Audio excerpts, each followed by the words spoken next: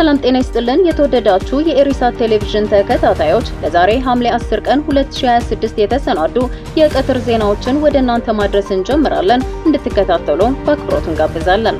በቅድሚያም አርዕስተ ዜና። ሟቹ አባ ተክለ ማርያም በሕይወት እያሉ በሰሯቸው በጎ ስራዎች እስከዛሬ እየታወሱ መሆናቸው ተገለጸ።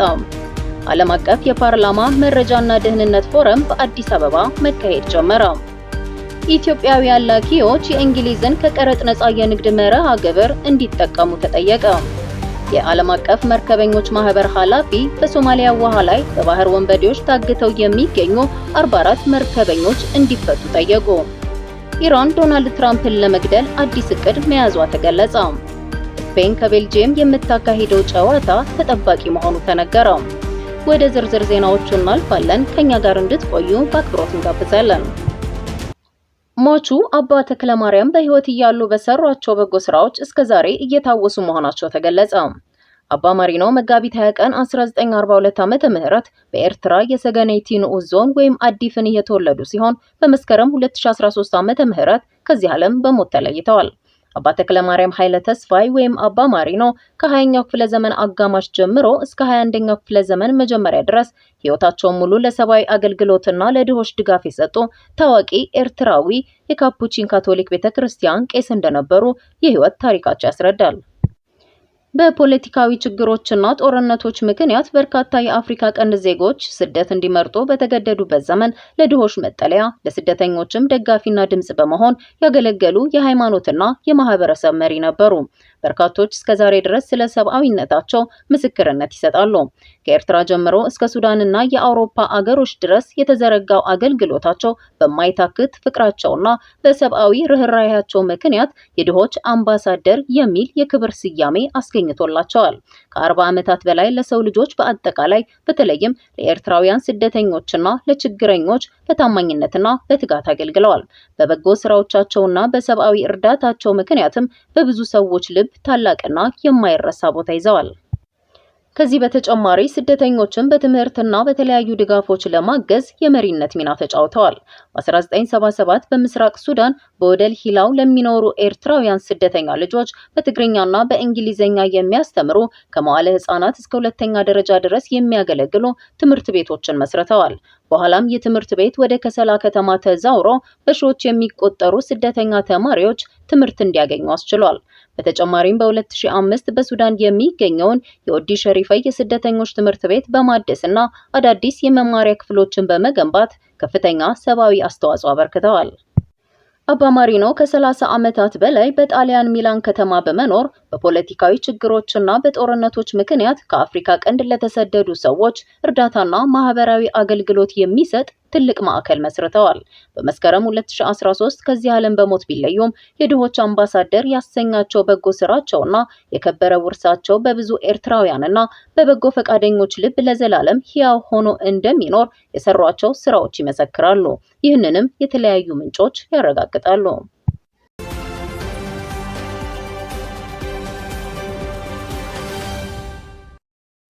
ዓለም አቀፍ የፓርላማ መረጃና ደህንነት ፎረም በአዲስ አበባ መካሄድ ጀመረ። ዓለም አቀፉ የፓርላማ መረጃና ደህንነት ፎረም በአዲስ አበባ ከተማ ዛሬ ሐምሌ 10 ቀን መካሄድ ጀምሯል። ፎረሙ በአፍሪካ ለሁለተኛ ጊዜ የተካሄደ ሲሆን አዲስ አበባ መድረኩን በማስተናገድ ሁለተኛዋ የአፍሪካ ከተማ ሆናለች። ለሚቀጥሉት 2 ቀናት በሚቆየው በዚህ ጉባኤ ላይ ሽብርተኝነትን መከላከል፣ ቀጠናዊ ጸጥታ እንዲሁም የቴክኖሎጂ አጠቃቀም በዋናነት ትኩረት የተደረገባቸው ጉዳዮች ናቸው። መድረኩን በንግግር የከፈቱት የኢትዮጵያ የሕዝብ ተወካዮች ምክር ቤት አፈ ጉባኤ ታገሰ ጫፎ ኢትዮጵያ ይህንን ዓለም አቀፍ ፎረም የምታስተናግደው 7ኛውን ሀገራዊ ምርጫ ፍትሐዊና ግልጽ በሆነ መልኩ ባካሄደች ማግስት መሆኑ ልዩ ትርጉም እንዳለው ገልጸዋል። አፈ ጉባኤው አክለውም በምስራቅ አፍሪካ ቀጠና የሚስተዋሉ የጸጥታ ችግሮችን ከጎረቤት ሀገራት ጋር በመተባበርና በቆራጥነት ለመከላከል ኢትዮጵያ ሰፊ ስራዎችን እያከናወነች እንደምትገኝ ጠቁመዋል። በቴክኖሎጂው ዘርፍም ኢትዮጵያ አመርቂ ተግባራትን እያከናወነች መሆኑን ያብራሩት አፈ ጉባኤ ታገሰ ጫፎ የዲጂታልና የሳይበር ደህንነት ይበልጥ የተጠበቀ እንዲሆን በየጊዜው ከሚፈጠሩ አዳዲስ የቴክኖሎጂ እድገቶች ጋር ራስን በማላመድ ረገድ በትኩረት እየተሰራ መሆኑን ለጉባኤው ተሳታፊዎች አስገንዝበዋል። በኢትዮጵያ የአሜሪካ አምባሳደር ኢርቪንግ ማሲንጋ በበኩላቸው ይህ ፎረም ሀገራት መረጃዎችን የጋራ በማድረግ የዜጎቻቸውን ደህንነት ለማረጋገጥና ድንበር ተሻጋሪ ወንጀለኞችን ተከታትሎ ለሕግ ለማቅረብ ትልቅ ዕድል የሚፈጥር መሆኑን ገልጸው መሰል ዓለም አቀፍ የደህንነት ትብብሮች ተጠናክረው መቀጠል እንዳለባቸው አሳስበዋል። የፎረሙ ሊቀመንበር ሮበርት ፒትንገር በበኩላቸው ኢትዮጵያ ሽብርተኝነትን፣ ህገወጥ የሰዎች ዝውውርንና ሌሎች ቀጠናዊ የጸጥታ ስጋቶችን ለመከላከል በሚደረገው ጥረት ውስጥ እውነተኛ አጋር መሆኗን በተግባር እያረጋገጠች የምትገኝ ሀገር ናት ሲሉ ገልጸዋል።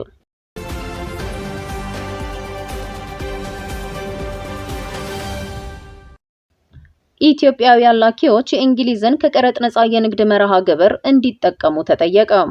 የኢትዮጵያውያን ላኪዎች ብቁ የሆኑ ምርቶችን በቅናሽ ወይም ያለምንም ቀረጥ ወደ እንግሊዝ ገበያ ለማስገባት የሚያስችለውን የእንግሊዝ ታዳጊ አገራት የንግድ መርሃ ግብር ወይም ዲሲቲኤስ ይበልጥ እንዲጠቀሙበት ሰኔ 8 ቀን 2026 በአዲስ አበባ በተካሄደ የስልጠና አውደ ጥናት ላይ ጥሪ ቀረበ። አውደ ጥናቱ በለንደን የሚገኘው የኢትዮጵያ ኤምባሲ፣ የንግድና ቀጠናዊ ትስስር ሚኒስቴር፣ የእንግሊዝ የንግድና ቢዝነስ መስሪያ ቤት፣ በአዲስ አበባ የሚገኘው የእንግሊዝ ኤምባሲ እንዲሁም የኢትዮጵያ የንግድና የዘርፍ ማህበራት ምክር ቤት በጋራ ያዘጋጁ ሲሆን ከኢትዮጵያና ከእንግሊዝ የተውጣጡ ወደ 100 የሚጠጉ ተሳታፊዎች በአካልና በበይነመረብ ተሳትፈዋል። በዝግጅቱ ላይ ንግግር ያደረጉት በእንግሊዝ የኢትዮጵያ አምባሳደር ብሩክ መኮንን እንደገለጹት የመርሃ ግብር ለኢትዮጵያውያን ላኪዎች በተለይም በቡና፣ በግብርና፣ በአትክልትና ፍራፍሬ፣ በጨርቃጨርቅና አልባሳት ዘርፎች ላይ ሰፊ እድሎችን ይሰጣል። አምባሳደሩ አክለውም ላኪዎች ከዚህ የገበያ እድል ተጠቃሚ ለመሆን የጥራት ደረጃዎችን ማሟላት፣ የቁጥጥር መስፈርቶችን ማክበርና አስተማማኝ የውጭ ንግድ አቅምን መገንባት እንዳለባቸው አጽንኦት ሰጥተዋል። የንግድ ትስስርና የውጭ ንግድ ማሳደግ ዘርፍ የመንግስት ሚኒስትር አማካሪ አቶ ጸጋው በለጠ በበኩላቸው በኢትዮጵያ እየተካሄደ ያለው ቀጣይነት ያለው የኢኮኖሚ ማሻሻያ የንግድ ምህዳርን ለማሻሻልና የኢትዮጵያ ምርቶች በዓለም አቀፍ ገበያ ያላቸውን ተወዳዳሪነት ለማሳደግ ያለመ መሆኑን ገልጸዋል። አውደ ጥናቱ የእቃዎችን መገኛ ደንቦችና የእንግሊዝ ገበያ መግቢያ መስፈርቶችን ጨምሮ ስለ ፕሮግራሙ ተግባራዊ መመሪያዎችን የሰጠ ሲሆን አዘጋጆቹ መርሃ ግብሩ በሰፊው ጥቅም ላይ መዋሉ ኢትዮጵያ የውጭ ንግድ ምርቶቿን እንድታሰፋ፣ በዓለም አቀፍ የእሴት ሰንሰለት ውስጥ ያላትን ተሳትፎ እንድታጠናክርና የውጭ ንግድ ገበያዋን እንድታሳድግ ሊረዳት እንደሚችል አስታውቀዋል።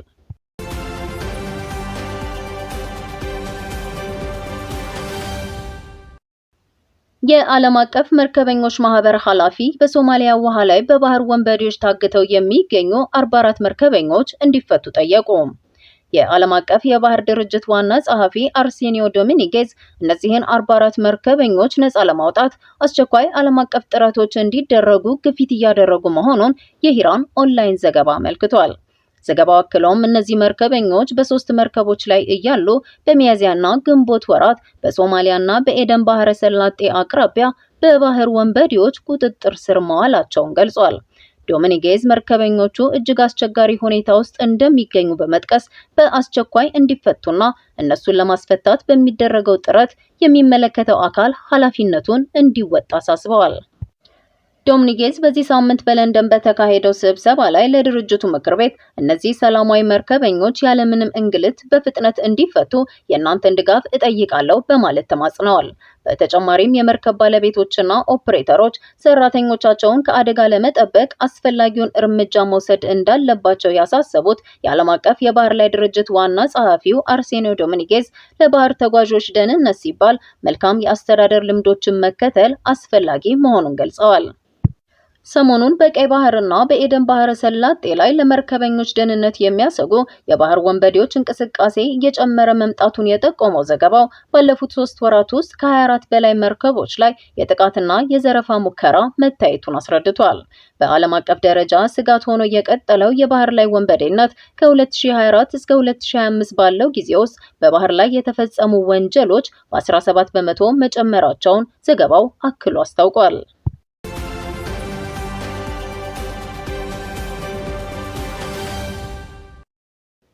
ኢራን ዶናልድ ትራምፕን ለመግደል አዲስ እቅድ መያዟ ተገለጸ። ኢራን በቅርቡ ፕሬዝዳንት ዶናልድ ትራምፕን ለመግደል አዲስ እቅድ ማዘጋጀቷን የሚያሳይ የስለላ መረጃ እስራኤል ለአሜሪካ ማጋራቷን ለጉዳዩ ቅርበት ያላቸው ሁለት ምንጮች ለሲኤንኤን የዜና አውታር ማረጋገጣቸውን ሌሊት የተሰራጨው ዘገባ ያመለክታል። የመረጃ በሁለቱ ሀገራት መካከል የነበረው የ60 ቀናት የተኩስ አቁም ስምምነት አደጋ ላይ በወደቀበትና ውጥረት በነገሰበት በአሁኑ ወቅት ተጨማሪ ስጋት ፈጥሯል። አሜሪካ በቅርብ ሳምንታት ኢራን ትራምፕን ለመግደል ስላላት እቅድ ተከታታይ መረጃዎችን ስታገኝ ብትቆይም በዚህ ሳምንት ከእስራኤል የተገኘው መረጃ ግን ሙሉ ለሙሉ አዲስና የተለየ ሴራን የሚያመለክት ነው ተብሏል። ይህ የእስራኤል ሪፖርት ፕሬዝዳንት ትራምፕ በኢራን ላይ የሚወስዱትን ወታደራዊ እርምጃ እንዲያጠናክሩ ተጽዕኖ ለማሳደር ታስቦ የቀረበ ሊሆን እንደሚችል አንዳንድ የአሜሪካ ባለስልጣናት ግምታቸውን አስቀምጠዋል። የአሜሪካ መንግስት ከእስራኤል ማስጠንቀቂያ በፊት ይህንን የተለየ ሴራ ሲከታተል እንዳልነበር ምንጮቹ አክለዋል። በ2020 በፕሬዝዳንት ትራምፕ ትዕዛዝ የኢራኑ ከፍተኛ ጄኔራል ቃሲም ሱሌማኒ በድሮን ጥቃት መገደላቸውን ተከትሎ ኢራን የበቀል እርምጃ ለመውሰድ ትራምፕን ኢላማ ልታደርግ እንደምትችል አሜሪካ ስታስጠነቅቅ መቆየቷ ይታወሳል።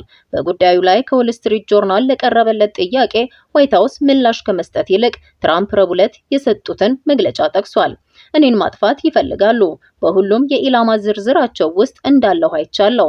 እስካሁን በመጠኑም ቢሆን እድለኛ ነበርኩ፣ ግን ይሄ ብዙ ላይ ዘልቅ ይችላል። እነዚህ ክፉና በሽተኛ ሰዎች ናቸው። ይህንን ካንሰር ከስሩ መንቀል አለብን። ታውቃላችሁ፣ ካንሰርን ገና በማለዳው ቆርጦ ማውጣት ያስፈልጋል። አሁን እየተሰማኝ ያለውም ይሄው ነው ሲሉ ትራምፕ ለጋዜጠኞች ተናግረዋል። በሌላ በኩል ባለፈው ሳምንት መጨረሻ በጦርነቱ መጀመሪያ ላይ የተገደሉት የኢራን ጠቅላይ መሪ አያቶላ አሊ ኻሜኔ የቀብር ስነ ስርዓት ላይ በርካታ ኢራናውያን የትራምፕን ሞት ሲመኙና ሲያሰሙ ተደምጠዋል።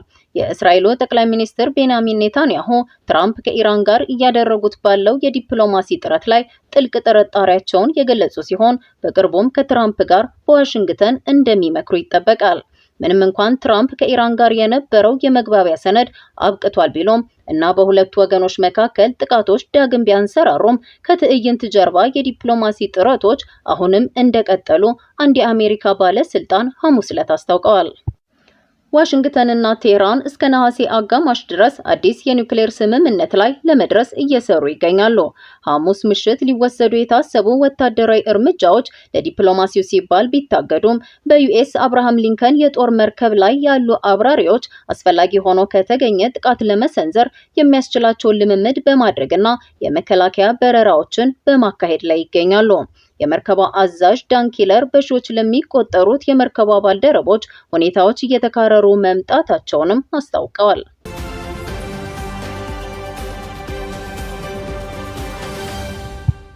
በመጨረሻም ዜና ስፖርት። ስፔን ከቤልጂየም የምታካሂደው ጨዋታ ተጠባቂ መሆኑ ተነገረ።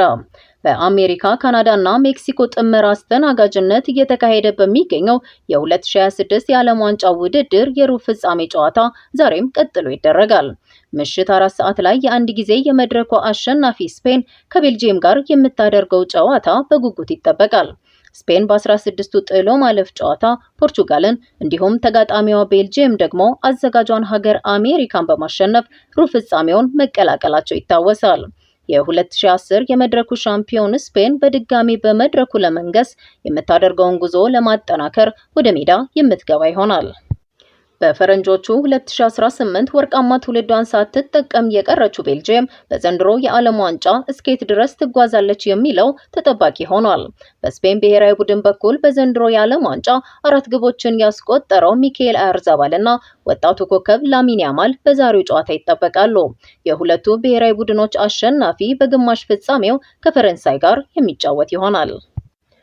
የተወደዳችሁ የኢሪሳት ቴሌቪዥን ተከታታዮች ለዛሬ ቀትር የተሰናዱ ዜናዎቻችንን በዚሁ አበቃን። በቀጣይ እስከምንገናኝ መልካሙን ሁሉ ተመኘን። ጤና ይስጥልን።